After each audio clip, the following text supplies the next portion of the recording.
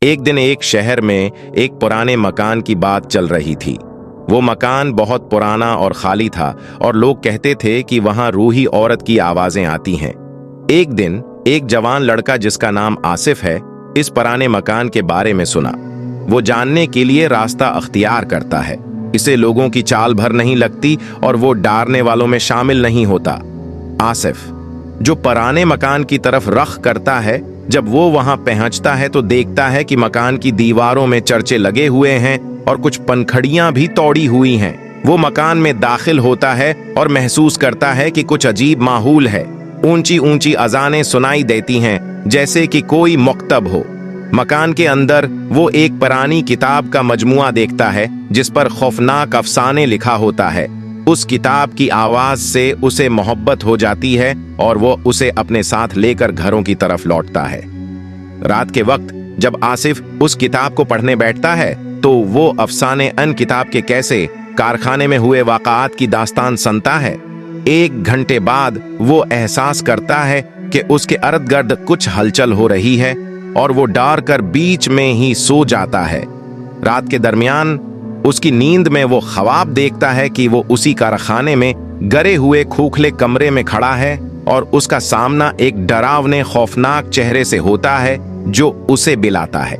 آصف اس خواب سے ڈر کر اٹھتا ہے اور اسے محسوس ہوتا ہے کہ وہی خواب حقیقت بن رہا ہے۔ وہ بھاگتا ہے مگر اسے محسوس ہوتا ہے کہ کوئی اسے پیچھے سے پکڑ رہا ہے۔ آخری موڑ پر وہ اسی کمرے میں پہنچتا ہے جہاں اس نے اپنے خواب میں دیکھا تھا۔ وہ وہاں جا کر دیکھتا ہے کہ خوفناک چہرہ اس کو منتظر کر رہا ہے، لیکن آصف کا دل ہمیشہ کی طرح بے خوف ہوتا ہے اور اس نے اپنے آپ کو ہلکا ایک کر کہا، تم میرے خوابوں کی دنیا میں رہ سکتے ہو، میرے دل میں ڈر نہیں ہوتا۔ چھوٹی سی آواز سن کر خوفناک چہرہ غائب ہو جاتا ہے اور آصف کو احساس ہوتا ہے کہ اسے وہ مکان ہمیشہ کے لیے چھوڑنے دیا گیا ہے۔ سبحان اللہ! جب آصف نکلا وہ محسوس کرتا ہے کہ اسے دنیا کی اصل حقیقت معلوم ہو چکی ہے۔ جو خوابوں کی دنیا میں جدید ہو وہ دل میں ڈر نہیں رکھتا۔ اپنی محفوظی اور ہمت کو بڑھاتے ہوئے آصف اس پرانے مکان کو چھوڑ کر دوسری سمت کی طرف بڑھتا ہے۔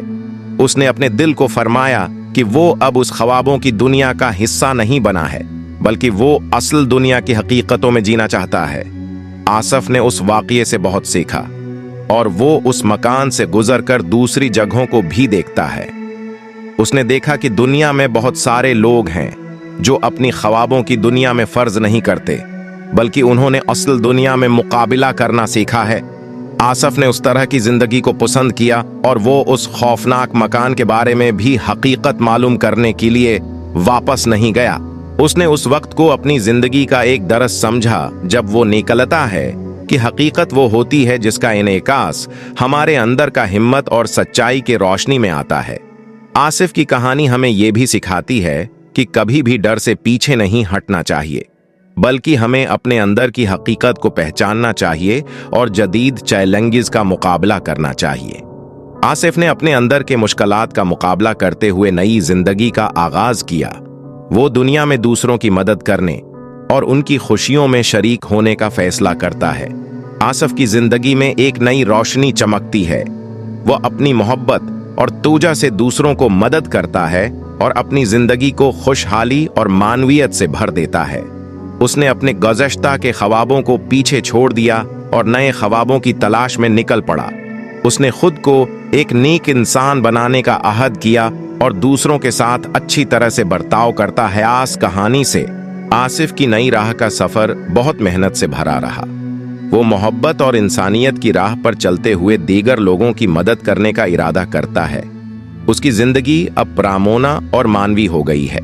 وقت گزرتا گیا اور آصف نے اپنی زندگی میں بہت سے مواقع کے ساتھ ساتھ دیگر لوگوں کے لیے معاونتی ثابت ہونے کا موقع پایا۔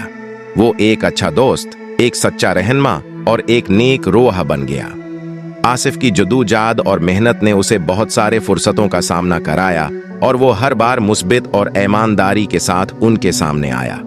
اس نے دیکھا کہ خواب دیکھنے اور ان کو حقیقت بنانے کا سفر مشکل ہوتا ہے، لیکن جب انسان محنت، ایمان اور توجہ کے ساتھ کام کرتا ہے تو وہ اپنے خوابات کو حقیقت بنا سکتا ہے۔